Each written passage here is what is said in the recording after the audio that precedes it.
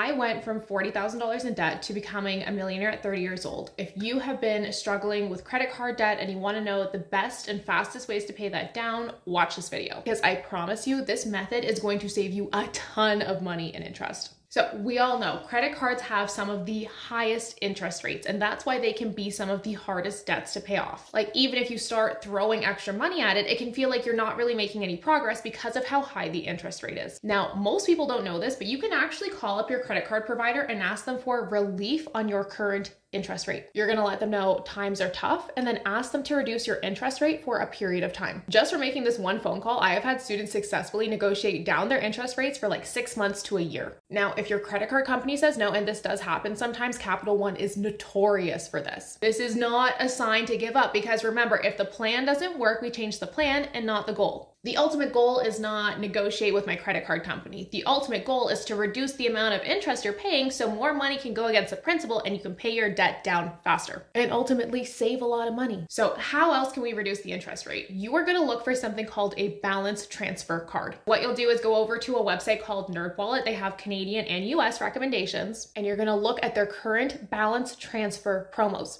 These are credit cards that will offer you 0% interest for like 6 to 18 months. And then basically what you do is just transfer your debt from your high interest card over to the low interest balance transfer card. Now, there is a fee to doing this. It's usually about 2 to 3%. So you want to make sure the amount of money that you're saving in interest is greater than what the fee you're paying for the card and the balance transfer is. Once you have successfully reduced the interest rate that you are paying on your debt, what you're going to do is delete your credit card information out of your computer. You're going to delete it out of your phone. Then you're going to laugh at this, but you're going to get a Ziploc bag. You're going to fill it with water, put your credit card inside, zip it up, stick it in the freezer. You are putting that credit card on ice, baby. And the reason why you're doing this is because we need to put some time between you and self-sabotage. Because the absolute worst thing that you can do while you're trying to pay off your credit card debt is start racking up your credit card debt again, buying stuff you don't need. And if you don't do this, the really scary thing that can happen is you end up racking that credit card back up and you have your balance transfer card now, right? Because you've opened up all of that credit again on your regular credit card and now you have double the amount of credit card debt. Don't do this, okay? And another pro tip, now that you have a lower interest rate on your credit card debt, you're not going to reduce the amount of money that you're putting onto it. You are going to keep your payment the same or more